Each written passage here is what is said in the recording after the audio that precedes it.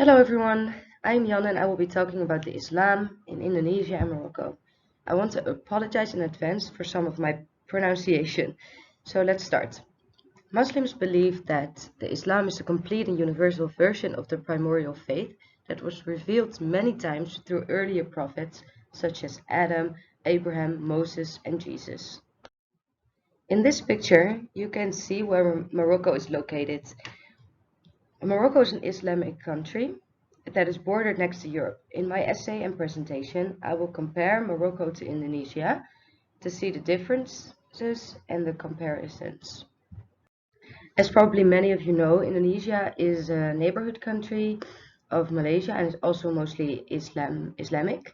I chose to compare these two countries because Indonesia has the largest Islamic population in the world. Roughly 90% of its inhabitants are of the Islamic faith. I chose to compare Morocco because in the Netherlands there are a lot of Moroccan Islamic people and I thought it would be interesting. As you can see in the picture, Indonesia is mostly Islamic, even though it has two different types of Islam: modernist Islam and traditionalist Islam. Furthermore, there are also people that are Protestant, Catholic, Hindu, and Buddhist.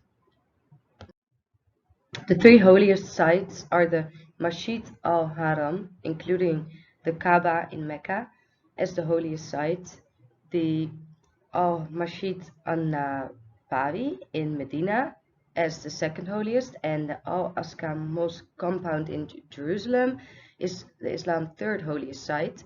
On this picture you can see the Masjid al-Haram in Mecca. On the left side you can see an Indonesian mosque and on the right side you can see a Moroccan mosque. Even though the same religion is being worshipped, you can see that there's a slight difference in the building. The Indonesian one has more round features, while the Moroccan one is more straight. On the right side you see Moroccan clothes that are being worn by Muslims, and on the left side you can see those of the Indonesian. The clothing is different, but also the same, because I have seen Moroccan people wear the Indonesian clothes and the other way around. I do not think that there is a big difference between clothes.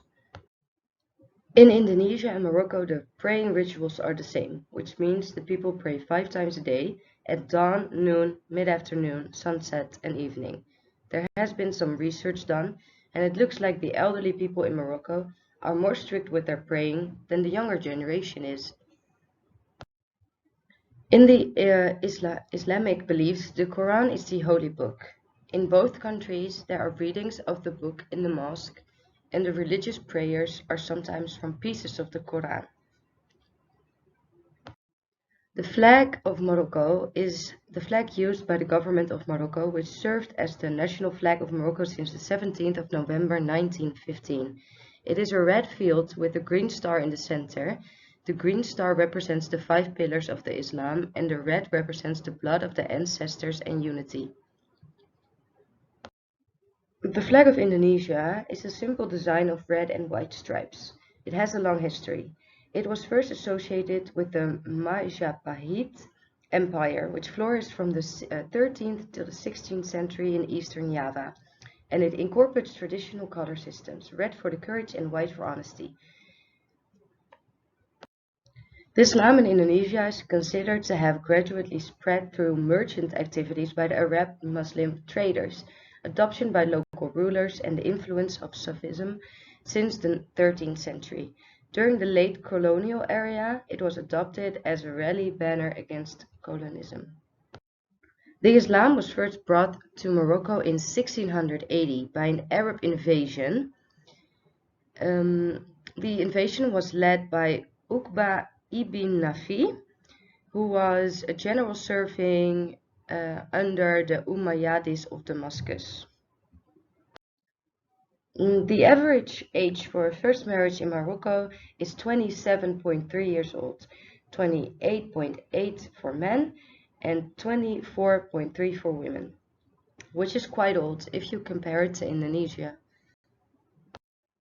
Meanwhile, a national social and economic survey in 2010 showed that the average marrying age in Indonesia is 19.7 years old. with those in rural areas getting married once they have turned 18 on average. During the holy month of Ramadan, which occurs on the 9th month of the lunar-based Islamic calendar, all Muslims are required to abstain from food and drink from dawn to dusk for 30 days. This is exactly the same in Morocco as it is in Indonesia, but the foods that they eat are entirely different.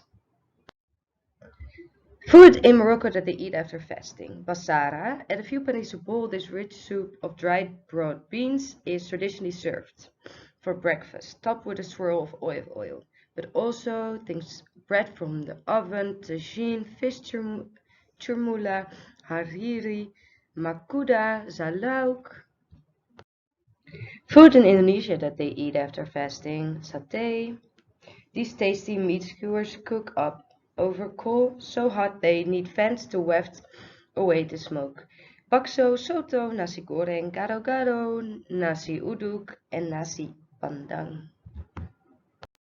The most common example of haram, non-halal food, is pork. While pork is the only meat that categorically may not be consumed by Muslims, other foods not in the state of purity are also considered haram.